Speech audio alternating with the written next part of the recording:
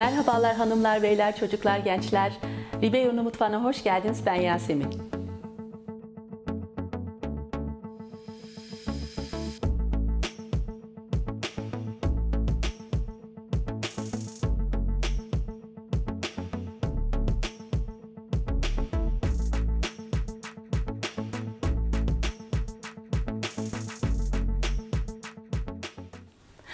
Bugün Fransız mutfağının klasiklerinden olan bir krem brûlée hazırlayacağız.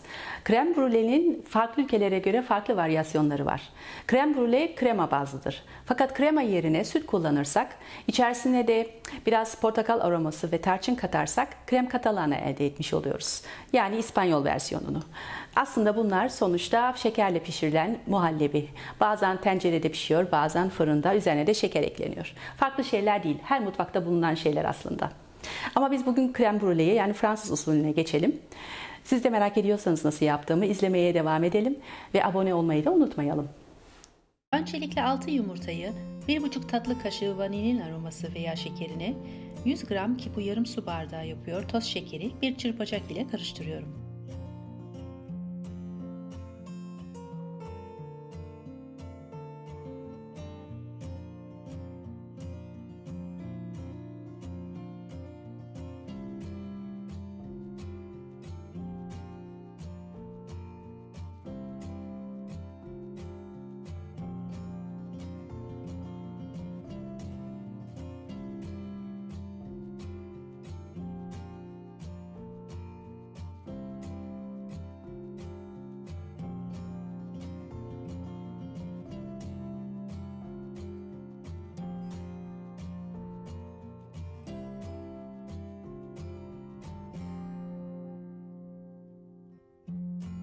Sıvı, homojen ve krem haline gelene kadar karıştırıyorum.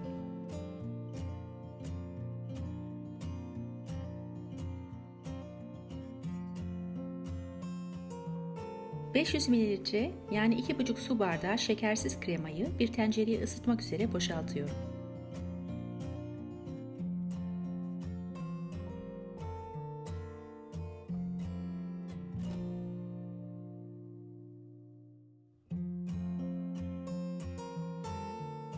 Krema kaynamayacak, sadece kaynama noktasına gelene kadar ısıtılacak. Isıyı kontrol ediyorum ve kaynama noktasına gelmeden ocaktan alıyorum.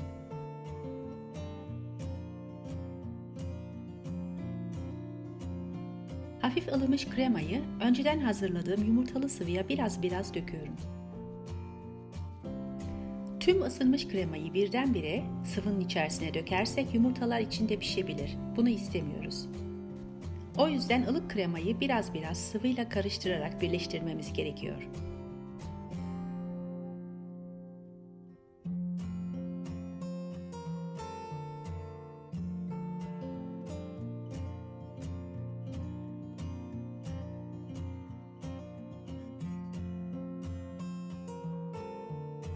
Şimdi daha homojen ve pürüzsüz bir krem elde etmek için karışımı süzgeçten geçiriyorum.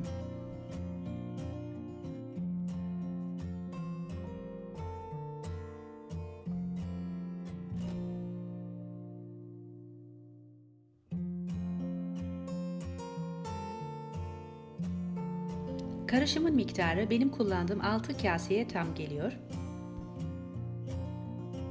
Benim kullandığım kaselerin ebatlarını video tarif kutusunda da bulabilirsiniz ama yine bahsedeyim ben.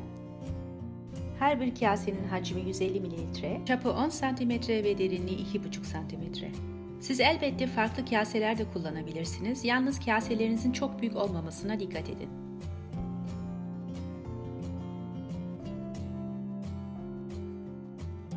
Bu arada tariflerimin malzemelerini ve ek bilgilerini videoların alt kutusunda ayrıca bulabilirsiniz.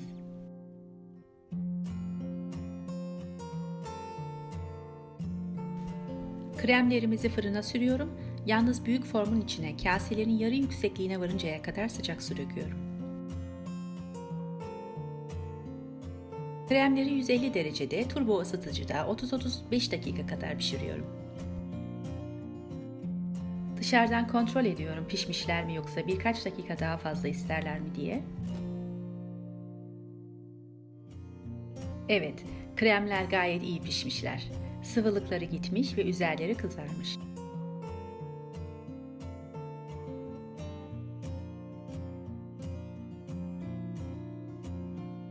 Dışarıda soğumaya bekletiyorum.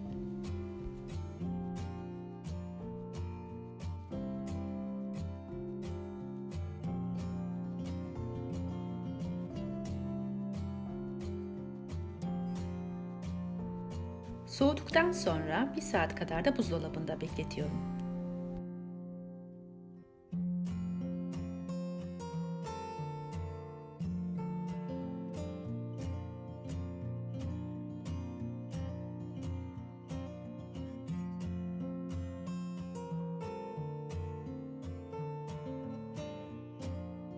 Buzdolabından aldım. Şimdi karamelleştirme işlemine başlayabiliriz. Üzerine her yerini kaplayacak kadar şeker döküyorum. Bu arada evinizde kahverengi şeker varsa daha güzel olur, kullanın derim. Çok tatlı isterseniz biraz daha fazla şeker kullanabilirsiniz. Bu sizin damak zevkinize kalmış.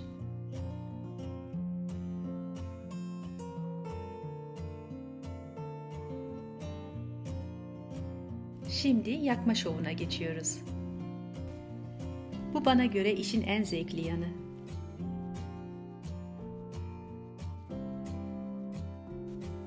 Bu arada evde brülörünüz yoksa hiç sorun değil. Şekerle kaplanmış kaselerinizi fırında 180 derecede şekerler karamelleşinceye kadar pişirirseniz aynı sonucu elde edersiniz.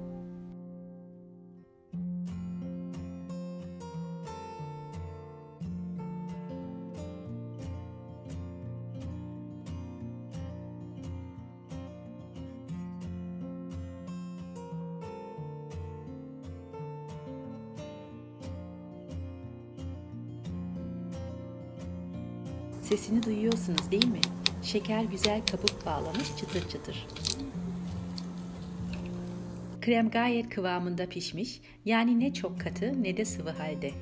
Ve tadı son derece leziz, ağır olmayan bir tatlı. Krem brûlée deyince aklımıza yapılması zor bir tatlı geliyor. Ama gerçekte yapılması bayağı kolay bir tatlı, sizin de gördüğünüz gibi. Tarifimizin sonuna geldik. Umarım siz de beğenmişsinizdir. Kanaldaki zile basarak aktive edin ki gelen yeni videolardan haberiniz olsun. Ayrıca abone olursanız da çok sevinirim. Bir dahaki tarifte görüşmek üzere. Sağlıklı kalın, hoşça kalın.